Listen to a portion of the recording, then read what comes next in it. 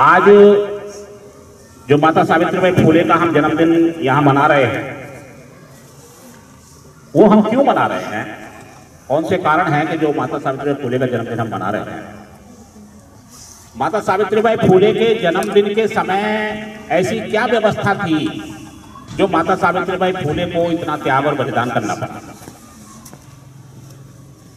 3 जनवरी 1831 को माता सावित्रीबाई फुले का जन्म हुआ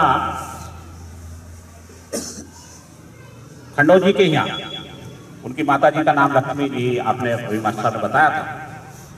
नायगांव पड़ता है सतारा यानी कि महाराष्ट्र के अंदर, जहां मुंबई जिसको हम बोलते हैं महाराष्ट्र के अंदर, वहां पर उनका जन्म। सब विषय यह है कि माता सावित्रीबाई फुले के जन्म से पहले या जन्म तक कौन कौन सी परंपराएं वहां लागू थी पूरे देश के अंदर। 3-4 परंपराएं उस समय बहुत तेजी से उस समय लागू थी पूरे देश के अंदर। नंबर 1, बाल विवाह। बाल विवाह का मतलब क्या होता कि छोटी उम्र में बच्चे की शादी करना। उस समय अधिकतम 8-9 साल की उम्र में बच्ची की शादी कर दी जाती। लड़के की उम्र अधिकतम 14 वर्ष, और यदि किसी की 14 वर्ष से ऊपर उम्र हो गई तो उसकी शादी होना बड़ा मुश्किल पड़ जाता है। उससे कहते थे घोड़ वर्ग, यानी कि इसकी उम्र निकल गई। एक ये व्यवस्था थी उस समय। दूसरी व्यवस्था थी कि विधवाओं, जो महिलाएं विधवाएं हो जाती थी, सती प्रथा का उस समय चलन था। यदि किसी महिला का पति मर गया तो महिला को उसके साथ सती होना पड़ता था, जिंदा। और ये राजा राममोहन राय ने ब्रिटिश सरकार से 18 साल मुकदमा लड़के 1829 को ये प्रथा बंद कराई, लेकिन उसके बावजूद भी सैकड़ों साल तक ये लगातार चलती रही, क्योंकि समाज में जो लोग थे वो नहीं चाहते थे कि सती प्रथा बंद हो। तीसरी जो सबसे बड़ी व्यवस्था थी, परंपरा जिसको हम कहेंगे, जो घिनौनी परंपरा, इस भारत के अंदर पूरे जितनी भी जाति धर्म के लोग इस भारत के अंदर रहते हैं, उनकी महिलाओं को पढ़ने का अधिकार नहीं था। और उसके साथ साथ इस देश में दलित और पिछड़े, जिनको आज दलित और पिछड़ा कहा जाता है, इन सबको पढ़ने का अधिकार नहीं था। महिला जो किसी भी धर्म जाति की हो, उसको पढ़ने का अधिकार नहीं। ये जो परंपरा जो वहां थी उस समय ब्रिटिश पीरियड, यानी कि ब्रिटिश सरकार भारत के अंदर थोड़ा थोड़ा करके अपना प्रभुत्व जमा चुकी थी, तो कुछ ईसाई मिशनरी स्कूल इस भारत के अंदर खुले, और उसमें कक्षा 4 तक पहले वाले, उसमें जो पहले उनकी शुरुआत हुई पढ़ने की, तो महात्मा ज्योतिबा फुले को उनके पिताजी ने कक्षा 4 तक पहले स्कूल में पढ़ाया। फिर उनकी पढ़ाई बंद करवा दी क्योंकि समाज के लोगों ने विद्रोह कर दिया। जब सावित्रीबाई का जन्म हुआ तो सावित्रीबाई की शादी 9 साल की अवस्था में ज्योतिबा फुले के साथ। उस समय तक सावित्रीबाई अनपढ़ थी। 9 साल की उम्र में आप जानते होंगे, आप सब यहाँ 9 साल से ऊपर के बच्चे बैठे हैं, यहाँ अधिकतर जो है 9 साल से ऊपर के बच्चे बैठे हैं, और वो शादीशुदा यदि हो जाते थे उस समय। जब उनकी शादी हुई तो उस समय वो अनपढ़ थी। एक दिन हुआ क्या, जो घटना जब कोई घटती है तब व्यक्ति के कहीं दिल में आग लगती है, तब वो परिवर्तन की शुरुआत करता है। महाराष्ट्र के अंदर एक व्यवस्था थी उस समय कि जो दलित समाज के लोग थे वो दिन में बाहर नहीं निकलते थे, और यदि वो बाहर निकलते थे तो उनको एक व्यवस्था कर रखी थी कि उनके पीछे झाड़ू बांध दी जाती थी और उनके गले में हांडी लटकी होती थी। हांडी इसलिए लटकी होती थी कि वो यदि थूकेगा तो अपनी उसमें हांडी में थूके जमीन पर ना थूक पाएगा। यदि वो जमीन पर थूकेगा तो किसी उच्च जाति के व्यक्ति का उस पर पैर पड़ गया तो वो अपवित्र हो जाएगा। कितनी मजेदार बात। झाड़ू इसलिए उसमें बांधी जाती थी उसके पीछे कि जब वो चलेगा तो चलते समय उसके पैरों के निशान उसके मिटते चले जाएंगे। यदि पैरों के निशान नहीं मिटे और यदि कोई दलित पिछड़ी जाति का शूद्र समाज का व्यक्ति यदि कोई उससे उच्च जाति का व्यक्ति वहां पर निकला, उसके पैर पर पैर रख दिया तो अपवित्र। सोच सकते हैं आप ये चीज? हुआ क्या? ज्योतिबा फूले जो माता सावित्रीबाई के पति थे, वो अपने, क्योंकि हर समाज के अंदर हर प्रकार के लोग होते हैं, अच्छे लोग भी होते हैं, खराब लोग भी होते हैं, व्यवस्था को बनाने वाले भी होते हैं, व्यवस्था को बिगाड़ने वाले भी। उनके एक दोस्त थे ब्राह्मण समाज के, एक साथी थे, उनकी शादी में उनको जाना था। जब वो शादी में उनकी गए तो जो जिनको कट्टर व्यवस्था वाले कहा जा सकता है, उन्होंने देखा कि ज्योतिबा फूले ब्राह्मण शादी में बारात में ये क्या कर रहा है भाई? पेशवा थे वो। हाँ, पेशवा में ब्राह्मण ही होते थे वो। तो जब वो वहां गए तो जो पेशवा थे उन्होंने उनको रोका, बोले तुम इस शादी में नहीं जाओगे, तुम्हारा क्या मतलब इस शादी में जाने का? उनको वहां रोक दिया और रोकने के बाद बारात आगे चली। ज्योतिबा फूले को लगा कि मैं भी ऐसा इंसान हूं, ये भी ऐसे इंसान है, फिर मेरे जाने ना मुझे क्यों रोक रहे? आदमी के अंदर प्रश्न पैदा होता है। यदि तुम बच्चे हो और इसमें से एक बच्चे को कहा कि तुम क्लास से बाहर बैठोगे, तुम क्लास से चले जाओ, तो तुरंत उसके मन में विचार पैदा होगा मुझे क्लास से क्यों निकाल रहे हैं, जबकि मैंने तो गलत भी नहीं किया। ऐसे ही ज्योतिबा फूले को हुआ कि मुझे इन्होंने वापस भेजा क्यों? बहुत मन खिन्न हुआ उनका, और खिन्न होने के बाद वो चल दिए। तो चलने के बाद उन्हें एक ऐसा व्यक्ति मिला कि जिसके गले में हांडी लटकी हुई थी और पीछे झाड़ू बनी हुई थी। जब उन्होंने वो देखा तो वो व्यक्ति उन पर हंस पड़ा, ज्योतिबा फूले, और वो बोला, जब हंसा तो ज्योतिबा फूले ने कहा कि आप हंस क्यों रहे हो? बोले बस इतने ही अपमान से डर गया, इतने ही अपमान से ही क्या करें इसमें, मेरा देख, मैं तो नहीं मरा अभी तक। तो उन्होंने देखा तो उस आदमी की हालत देखकर वो ताज्जुब में पड़ गए कि यूं इंसान होते हुए इंसान नहीं है लग रहा, ऐसा क्या है? जब उससे पूछा कि भाई तुम्हारी ये हालत क्यों है, तो उसने बताया ये मेरे पूर्व जन्म का फल है, ये मेरे पुराने जो कर्म है पहले जन्म के, ये मुझे उसका फल मिला हुआ है, यानी कि मैंने कोई पहले बहुत बुरे कर्म किए होंगे उसका फल। ऐसा उन्होंने इस बात को माना। ज्योतिबा समझ गए कि ये सब जो है वो अज्ञानता के कारण। अज्ञानता का मतलब है कि पढ़ा लिखा ना होना। ऐसे क्योंकि हम कोई भी बात को पिछले जन्म में लेकर जाएंगे, जब लेकर जाएंगे तब हम अज्ञानता होगा। पिछले जन्म का हमें पता, किसी को पता है पिछले जन्म का? आगे क्या होगा इसका कुछ पता है किसी को? किसी को पता नहीं है। तो जब हमें ना पीछे का पता है ना हमें आगे का पता है, तो फिर हम कैसे कह सकते हैं कि हमारे पूर्व जन्म? इस बात पर उन्होंने माना कि जब तक ये समाज पढ़े लिखेगा नहीं, जब तक ये अज्ञानता इनके अंदर रहेगी। अब उन्होंने स्कूल खोलने की सोची। स्कूल जब खोलने की सोची तो उसमें विरोध हुआ। उन्होंने सोचा कि चलिए कोई बात नहीं, पहले अपनी पत्नी को पढ़ाते। अपनी पत्नी सावित्रीबाई को पढ़ाया। पढ़ाते कैसे थे? पेड़ के नीचे खेत पर टहनी तोड़कर, कलम पेड़ की टहनी, स्कूल की बिल्डिंग पेड़, और तख्ती या जो किताब है, जो कॉपी है, वो जमीन। और जमीन पर उनको बैठकर छोटा बड़ा उनको सिखाते। इस प्रकार से ज्योतिबा फूले ने उनको थोड़ा अक्षर ज्ञान कराया, और अक्षर ज्ञान कराने के बाद कहने का मतलब था कि कक्षा 3 तक की पढ़ाई उन्होंने वहां पर उनको पूरी करा दी। मैडम फरार उनके बहुत नजदीक थी। उन्होंने उनका परीक्षा कराई सरकारी स्तर पर, और सरकारी स्तर पर परीक्षा कराई तो उनको जो है पढ़ा लिखा घोषित कर दिया। उनको सर्टिफिकेट मिल गया कि तुम जो है काबिल हो और तुम अब पढ़ा सकती हो। कहने का मतलब यह है कि तब उसके बाद माता सावित्रीबाई फूले को भारत की पहली महिला शिक्षिका होने का गौरव। कहने का मतलब है कि उससे पहले इस भारत के अंदर कोई महिला पढ़ी लिखी नहीं थी। आप सर्च कर लो, यूट्यूब पर सर्च कर सकते हैं, गूगल पर सर्च कर सकते हैं।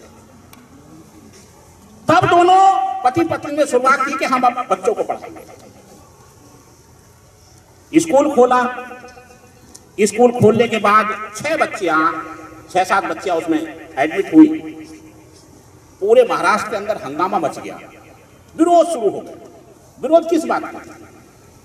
पढ़ने का विरोध नहीं था, विरोध इस बात का था कि ये धर्म के विरुद्ध काम कर रहा है। पढ़ाना लिखाना धर्म के विरुद्ध काम है क्या? यदि धर्म के विरुद्ध है तो फिर आज की पढ़ाई लिखाई हो रही है? धर्म तो सब वही है आज भी। आज वही मुस्लिम धर्म यहाँ है, यहाँ पर हिंदू धर्म है, यहाँ पर सिख धर्म है, ईसाई धर्म है, बौद्ध धर्म है, तो आज भी उस धर्म के लोग मानने वाले लोग हैं। तो पेशवाओं ने विरोध किया कि धर्म के विरुद्ध कार्य है, इसलिए इसको रोका जाए। लोग जो थे अपने बच्चों को स्कूल से उठाकर ले गए। कब स्कूल खोला? 1 जनवरी 1848 पहला स्कूल बंद हो गया। दोबारा प्रयास हुआ, कुछ बच्चियां फिर उसमें स्कूल में आई। जब वो दोबारा शुरू हुआ और बच्चे उसमें आने शुरू हुए तो फिर एक नई चाल चली गई। चाल ये चली गई कि उनके माँ बाप को यह बताया गया कि यदि तुम इन बच्चियों को पढ़ाओगे तो ये जवानी में विधवा हो जाएंगी। ये जवानी में विधवा हो जाएंगी, और जब ये विधवा हो जाएंगी तो इनको ना मां के यहां जगह मिलेगी और ना इनको ससुराल में। कोई माँ बाप नहीं चाहता, कोई माँ बाप ये चाहता ही नहीं कि जीते जी तेरी लड़की विधवा हो। उन्होंने कहा कि कोई बात नहीं, पढ़ाएंगे, नहीं पढ़ाएंगे, लेकिन अपनी बेटी को विधवा नहीं होने देंगे। ये सब क्यों था ऐसा?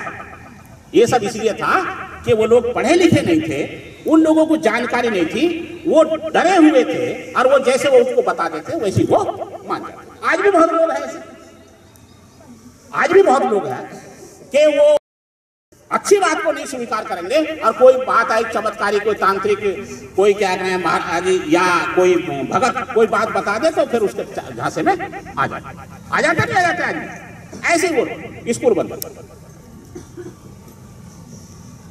फिर कोशिश की गई, जब फिर कोशिश की गई तो तब भी जब नहीं माने तो ज्योतिबा फूले के पिताजी पर दबाव बनाया गया और ये कहा गया कि इनसे कहो ये इस पढ़ाना लिखाना बंद करे, वरना अंजाम बहुत बुरा होगा। माँ बाप को डर लगता है कि अपनी औलाद को कोई गाली ना दे दे। तब क्या हुआ, महात्मा ज्योतिबा फूले ने जब घर आए शाम को, तो घर आने के बाद उन्होंने कहा कि भाई तुम ये, उनके पिताजी ने कहा कि तुम ये पढ़ाई लिखाई का काम जो है इसको बंद करो। और माँ बाप के पास एक बहुत बड़ा हथियार होता है अपने बच्चे को कब्जे में करने का। उनसे कहा महात्मा ज्योतिबा फूले के पिताजी ने कि यदि तुम पढ़ाई लिखाई ये स्कूल बंद नहीं करोगे तो मैं अपने तुम्हें घर से निकालूंगा। ये माँ बाप के पास सबसे बड़ा हथियार। बच्चा डर जाता है कि यार कहाँ खाएंगे, कहाँ रोटी मिलेगी, घर से बाहर निकल जाएंगे। हैं? महात्मा ज्योतिबा फूले ने कहा कि हम घर से जाने के लिए तैयार हैं, लेकिन पढ़ाई लिखाई का काम नहीं रोकेंगे, छोड़ देंगे। माता सावित्रीबाई फूले को साथ लेकर और थोड़ा सामान लेकर उन्होंने घर छोड़ दिया। और एक बहुत उनके नजदीक साथी थे, आपने उनका नाम सुना होगा, जब इतिहास को पढ़ेंगे तो उसमें पता चल जाएगा, शेख सुलेमान। और शेख सुलेमान की बहन थी फातिमा। शेख सुलेमान ने अपना घर दिया और शेख सुलेमान ने अपनी बहन को पढ़वा कर और उनके साथ करा के ये फातिमा जो है आपके साथ पढ़ाई। तब ये शुरुआत हुई।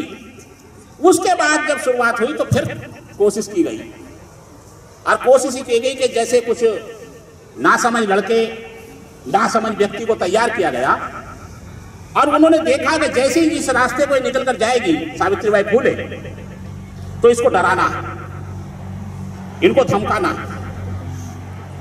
तो उन्होंने क्या किया कि जैसे उस रास्ते को निकलती थी तो किसी के हाथ में मिट्टी, किसी के हाथ में कीचड़, किसी के हाथ में गोबर, किसी के हाथ में पत्थर, जो भी होता था वो उन्होंने रखते थे। और जैसे ही वो रास्ते को निकलती थी तो उनके ऊपर गोबर, कीचड़, पत्थर जो है वो फेंक, जिससे डर जाए।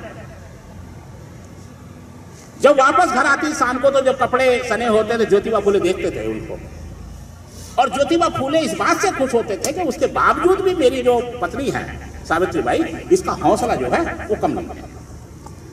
उन्होंने कहा, ज्योतिबा फूले जी ने कहा कि सावित्री, ये तो अभी शुरुआत है, अभी तो इससे ज्यादा आपको और झेलना पड़ेगा। तो उन्होंने कहा कोई बात नहीं, हम इस काम को जारी रखने के लिए हमें कोई भी किसी प्रकार की भी हमें कठिनाई झेलनी पड़े, हम उसको झेलेंगे, लेकिन पढ़ाई लिखाई का काम बंद नहीं। पिता, उनके जो पति थे ज्योतिबा फूले, वो एक साड़ी लेकर आए दूसरी और जब सुबह स्कूल चलने के लिए हुआ वही वो तो उनको दी कि आप इसको अपने बैग में रखें। उन्होंने सोचा क्यों, कि बोले कि जब रास्ते में तुम पर गोबर कीचड़ फेंकेंगे तो वो साड़ी सड़ जाएगी, इसको स्कूल में जाकर बदल लेना और उसको धोकर वहां डाल। तब माता सावित्रीबाई फूले एक साड़ी अपने साथ रखती थी और उसके बाद जब वो स्कूल में जाती थी तो उस साड़ी को उतार देती थी और उसको धोने के लिए धोकर डाल देती थी और उस जो सी साड़ी थी उसको पहन लेती थी। जब वो सूख जाती थी तो उसकी तय बनाकर वो अपने बैग में। आप कल्पना कीजिए, जितने आप लोग बैठे हुए, आप ये कल्पना कीजिए, क्या इतना बड़ा संघर्ष करने की ताकत हमारे अंदर है? कोई छोटी सी बात कह दे तो हम जो है बहुत बड़ा क्या है नारायण। किसके लिए? माता सावित्रीबाई फूले को कोई औलाद नहीं थी, कोई औलाद नहीं थी। हम जितने भी हैं, जितने यहां बैठे हुए हैं, जो शादीशुदा हैं, बाल बच्चोदार हैं, हर एक व्यक्ति ये कोशिश करता है कि पूरा संघर्ष करता है अपनी औलाद के लिए, पूरी कठिनाई झेलता है अपनी औलाद के लिए, रात दिन एक करता है अपनी औलाद के लिए। लेकिन माता सावित्रीबाई फूले, ज्योतिबा फूले ने अपना घर छोड़ा समाज के लिए। माता सावित्रीबाई फूले ने गोबर अपनी साड़ी पर छिड़कवाया समाज के। माता सावित्रीबाई फूले ने और ज्योतिबा फूले ने जितनी भी कठिनाई उठाई वो सब समाज के। यदि वो संघर्ष समाज का ना हुआ होता और ज्योतिबा फूले, माता सावित्रीबाई फूले ने अपने आंदोलन को उस समय बंद कर दिया होता, तो मैं गारंटी के साथ कह रहा हूं कि आज ये चेहरे जो थे ये पढ़े लिखे वाली के स्कूल में नहीं होते, या होते नहीं होते। वो इसलिए नहीं होते कि सावित्रीबाई फूले और महात्मा ज्योतिबा फूले के त्याग को, जब भारत का संविधान इस देश के अंदर लिखने की व्यवस्था हुई तो महात्मा ज्योतिबा फूले को बाबा साहब डॉक्टर अंबेडकर ने अपना सामाजिक गुरु माना और उनके जितने भी अधूरे कार्य थे उसको संवैधानिक अधिकार देकर और उसको पूरा किया। आज आपको अधिकार है पढ़ने का, आज आपको अधिकार है, जितनी मर्जी कर आप पढ़ सकते हैं। यदि उस समय यह व्यवस्था लागू हो गई होती और ज्योतिबा फूले, सावित्रीबाई फूले हार मान गए होते तो क्या होता?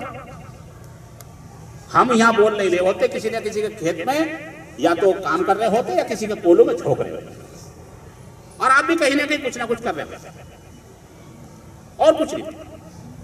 आज भारत की बेटियां माता सावित्रीबाई फूले के त्याग की वजह से, महात्मा ज्योतिबा फूले के त्याग की वजह से आज पूरी दुनिया के अंदर नाम कमाए। कहने का मतलब यह है कि ज्योतिबा फूले ने और माता सावित्रीबाई फूले ने, जैसे कहा ना कि सूरज को पश्चिम से निकाल दिया, यानी कि उनके जमाने में 200 साल पहले व्यवस्था थी कि लड़की नहीं पढ़ेगी, लड़की नहीं पढ़ेगी, और आज सरकारें कह रही हैं बेटी पढ़ाओ और बेटी बचाओ। क्यों कह रही है ये?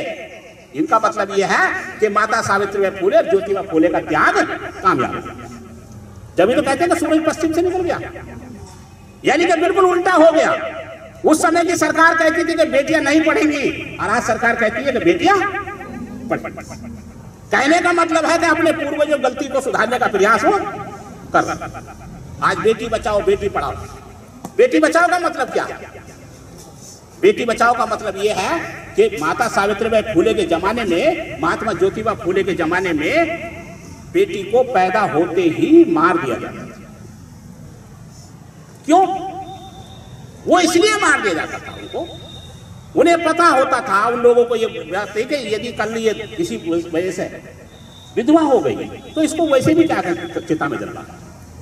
और कहीं ना कहीं उस समय का परिवेश ऐसा था कि लोग लड़कियों को पैदा होने में अवगुण मानते है। तो आज भी 200 साल के बाद भी नहीं बदला है, लेकिन कम से कम इतना हो गया कि माँ बाप अपनी बेटी को पढ़ाने के लिए देते। वरना आज भी यह है कि बेटा होगा तो डीजे बजेगा और बेटी होगी तो शोक। आज भी है। दादी को सबसे ज्यादा पोता प्यारा होता, और दादी को यह पता चल गया कि पोता हुआ है तो सारे में खुशी खुशी नाची फिरेंगे, और उसे पता हो जाए कि पोती हुई है तो मुंह को सुखेड़ लेंगे और ये कहेगी अपनी बहू को कि इसकी गलती है, सही उसकी क्या गलती बेचारी की भाई। कहने का मतलब यह है कि भेदभाव तो आज भी है, लेकिन कहीं ना कहीं कुछ हद तक कम हुआ। बेटियों को पढ़ाना, बेटियों पर खर्च करना, बेटियों को अच्छे स्तर से क्या करना, उनको पढ़ाना, ये आज परंपरा जागी है कोई ना कहीं। हो सकता है कि अगले 150 वर्षों के अंदर ये परंपरा और आगे बढ़ेगी और बेटियों को जो है इस भारत के अंदर सर्वोच्च स्थान की प्राथमिकता में रखा जाएगा।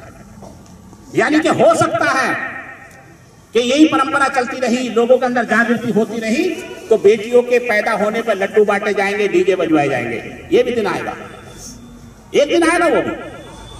और बेटा होने पे कहेंगे कि इससे तो ना पैदा होता तो ठीक है। क्यों? कि बेटे आजकल सबसे ज्यादा पढ़ाई में, लिखाई में, काम में, सब में पीछे होते चले जा रहे हैं। रिजल्ट उठाइए, इंटर का रिजल्ट उठाइए, बेटियां आ गए। हाई स्कूल का रिजल्ट उठाइए, बेटियां आ गए।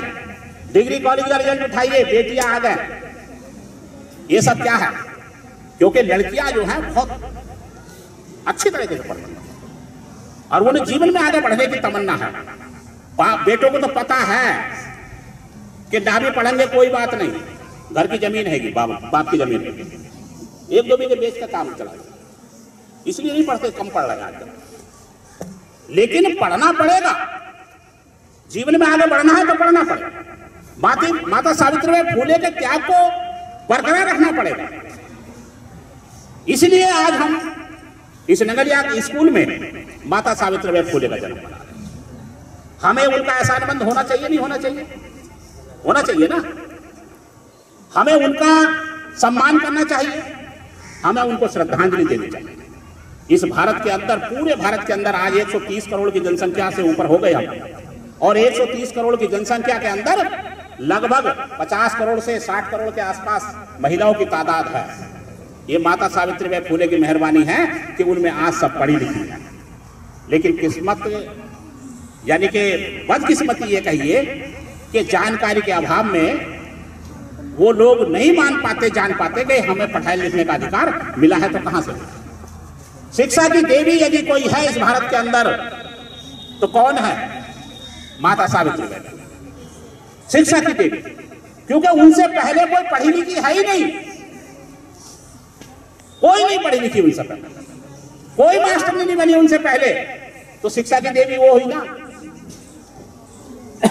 आप सबको माता सावित्रीबाई फुले के त्याग को कमजोर नहीं होने देना। आपको पूरी मेहनत से पढ़ना है, पूरे रात दिन एक करके पढ़ना है और जीवन में आगे बढ़ना है, और लक्ष्य के साथ बढ़िए।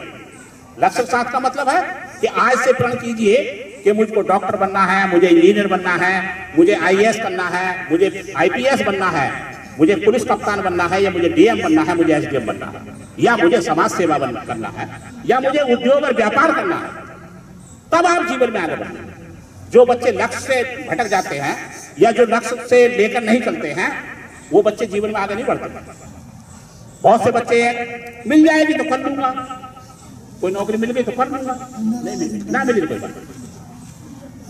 सबसे 30% बच्चे ऐसे हैं, 30 से 40% बच्चे ऐसे हैं कि जिनका टारगेट होता है कुछ बनना होता। 30 से 40% बच्चे ऐसे हैं कि जो केवल गए कि पढ़ ले, कोई बात नहीं, पढ़ लेंगे। और 30 से 40% बच्चे ऐसे हैं जिसको भेजते हैं, और वो इसलिए भेजते हैं कि पढ़ ले और भी कुछ ना होगा, 12वां भी कर लेगा तो ब्याह में बुलेट मोटरसाइकिल तो मिली जाएगी। इसलिए भी पढ़ा रहे हैं माँ बाप, इसलिए भी पढ़ा रहे हैं। जो नौकरी के लिए पढ़ा रहे हैं वो रात दिन एक किए हुए हैं जो अपने कारोबार को बढ़ाने के लिए, लेकिन जो पढ़ा केवल यह है कि शादी अच्छी खासी हो जाएगी, क्योंकि झांसे में देकर किसी लड़की वाले को फंसा देंगे, लड़का जो बहुत अच्छा है, बहुत अच्छा पढ़ा लिखा है और बहुत अच्छा, वो आएंगे और उन्हें जो है अपनी क्या कहना है बैंक से पैसे निकाले, कार खरीद लाया और दे दी। पता चला कि 1 महीने बाद कार में तेल डलवाने को तेल के पैसे नहीं है, फिर पछताते हैं कि बोले गलती हो गई। इसलिए भी पढ़ रहे हैं, इसलिए नहीं पढ़ना। नौकरी के साथ साथ अपने कारोबार के साथ साथ जीवन में आगे बढ़ने के लिए जागरूक होने के लिए पढ़ना। शिक्षा का पहला मंत्र है जागरूक होना, अच्छे बुरे की समझ आना। जब हम अच्छे बुरे में फर्क नहीं कर पाएंगे तो फिर पढ़े लिखे में अनपढ़ में कोई अंतर नहीं है। पढ़े लिखे ही तो अंतर करता है अच्छे बुरे का।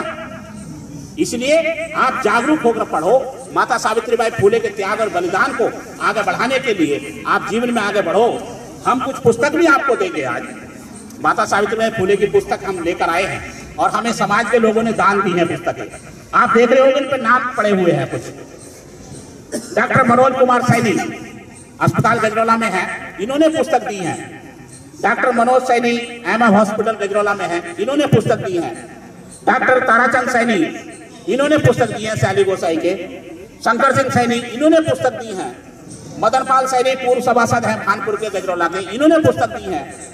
नरेश सैनी जो आपके सामने बैठे हैं, ये जो है इनकी कपड़े की दुकान है बहुत बढ़िया, और इस समय गजरौला क्षेत्र के अंदर जो है इस समय बड़े सेठों में इनकी गिनती होती है। ये हमारे लिए सौभाग्य की बात है कि हमारे क्षेत्र के अंदर ऐसे बहुत बढ़िया वाली हस्ती हैं सब। और मुझे सबसे बड़ी खुशी इस बात की हुई कि जब मैं इनके पास गया, इन्होंने माता सावित्रीबाई के नाम पर 50 पुस्तकें देने के लिए बिल्कुल मना नहीं की, तुरंत हाँ कर दी। और मुझे लगा कि कहीं ना कहीं समाज के प्रति इनके अंदर जो है वो चिंगारी है। मैं इसके लिए आपका साधुवाद करता हूँ, आपका धन्यवाद करता हूँ। और ऐसी ऐसी हस्तियां जब समाज के लिए काम करेंगी तो समाज कभी पीछे नहीं रह सकता। बशर्ते कि यह है कि उनके पास जाया जाए।